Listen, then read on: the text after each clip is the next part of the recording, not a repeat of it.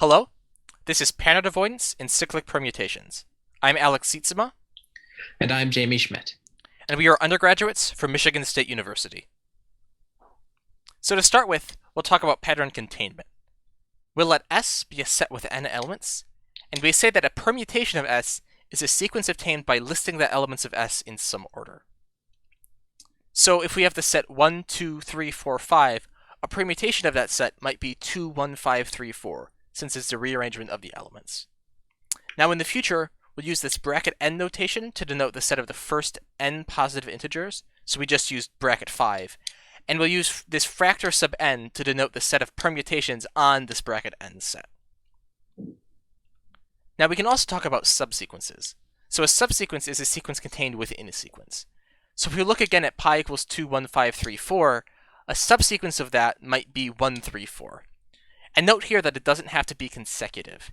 If you look at pi, there's a gap between the 1 and the 3, but there's not in the subsequence, and that's totally fine. Now we say that some pi in S sub n contains a copy of some sigma in S sub k with k less than or equal to n if there is a subsequence of length k in pi with the same relative order as sigma.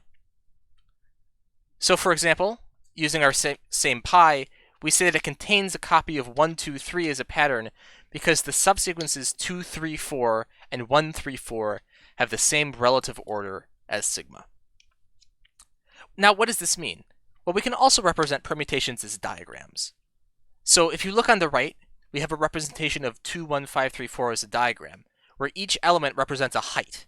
So 2 is at the second height, 1 is at the first height, and 5 is at the fifth height, and so on and so forth from left to right.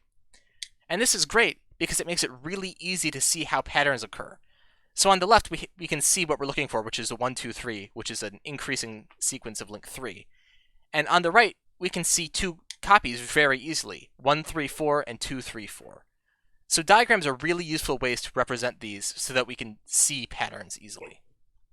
On the other hand, we can say that pi avoids a certain pattern sigma if there is not a single subsequence of pi that has the same relative order as sigma.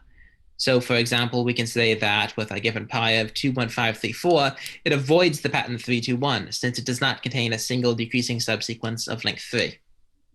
We can also consider permutations that avoid an entire set of patterns.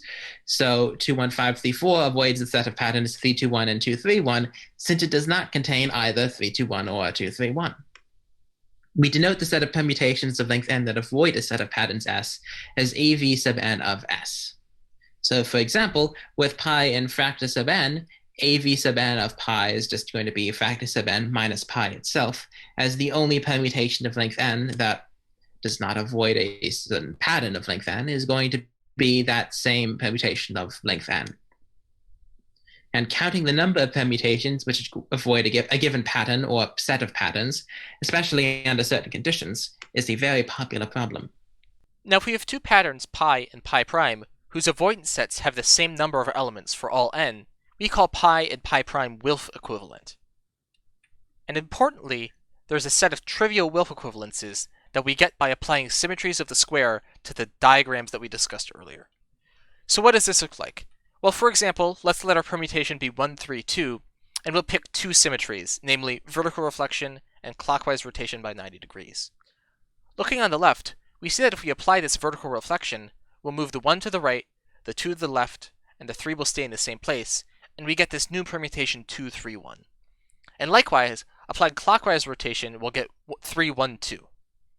So why is this a Wilf equivalence? Well, if we think about a large permutation containing a smaller pattern, if we apply one of these symmetries to that permutation, then the transformed permutation will by nature contain the transformed pattern. And likewise, if we have a large permutation that does not contain a small pattern, then the transformed permutation will not contain the transformed pattern. So this gives us a Wilf equivalence. These are super important tools for us in our analysis of avoidance sets. As an example of Wilf equivalences in action, let's try to show that for any pattern of length 3, the number of permutations that avoid them is just countable by the Catalan numbers. And at first, this might seem like a fairly complex problem. I mean, after all, there are 6 patterns of length 3. But we can simplify this problem greatly with trivial Wilf equivalences, as we can get a trivial Wilf equivalence class of length 4 and a trivial Wilf equivalence class of length 2. And in fact, in the previous example, we saw why 1, 2, 3, and 2, 3, 1, and 3, 1, 2 were all Wilf equivalent. But now all we have to do is take one representative element from each set and show that they can be counted by the Catalan numbers.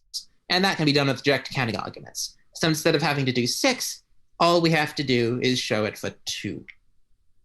And as an example of why this might be the Catalan numbers, let's check how many permutations of length 3 avoid 1, 3, 2. As we saw before, it's just going to be every permutation but 1, 3, 2 of length 3.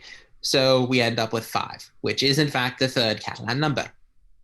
In our case, we're going to be considering cyclic permutations, where we let the end of a permutation wrap around to the beginning. So in other words, two permutations are considered the same if one happens to be a rotation of the other. So as an example of this, there are only 2 cyclic permutations of length 3, those being 1, 2, 3, and 1, 3, 2. And in the other permutation, like say 2, 3, 1, is going to be a rotation of one of them.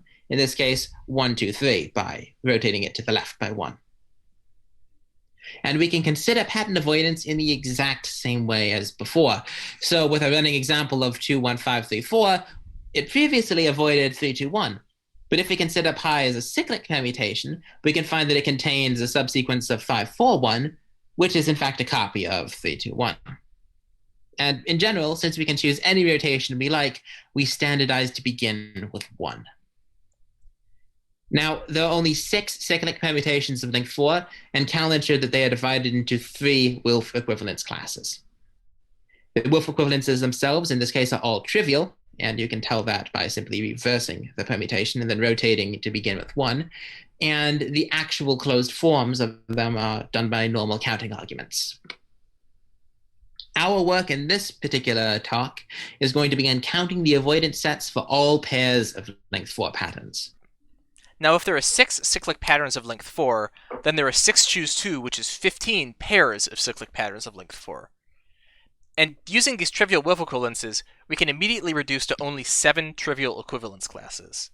And if you want an example of how that works, let's look at the pair 1, 2, 3, 4, 1, 4, 2, 3. And we should note now that because our permutations wrap around, you can think about the right edge of the diagram wrapping around to the left edge of the diagram. And what that means is that our symmetries are not symmetries of the square in the cyclic case, they're symmetries of the cylinder. So this actually means that we have fewer symmetries to work with overall. But here, one that we still do have is reversal, and so we'll apply this to each permutation individually, and that gives us 4, 3, 2, 1, 3, 2, 4, 1, and after rotation, to begin with 1, we'll get 1, 4, 3, 2, 1, 3, 2, 4. And this tells us that these two pairs are Wilf equivalent. Now, once we have these trivial Wilf equivalence classes, then we can start counting them. On the left of this list, we have representatives picked from each of the 7 trivial equivalence classes, and on the right, we have a closed form for how to count them. Now, while the specifics of each counting aren't important, there are a few interesting things to know. The first being that if we look at the first 2 trivial equivalence classes, they're counted by the same thing. And what this tells us is that we have a non-trivial Wilf equivalences, where 2 classes are counted by the same thing, even though they aren't trivially related. The same is true of the 3rd and 4th trivial equivalence class. One more thing to note is that at the very bottom, we see that we have something that zeroes out for large enough n. And this is interesting because it means that we can pick sets that are too restrictive once we get large enough. And this result in particular is very interesting, and it follows from something called the Erdős-Zecharish theorem. Now, we've proved a cyclic variant of this, and we're presenting another talk on it at this conference. We have also proven the results for avoidance sets for triples and quadruples of cyclic patterns of length 4.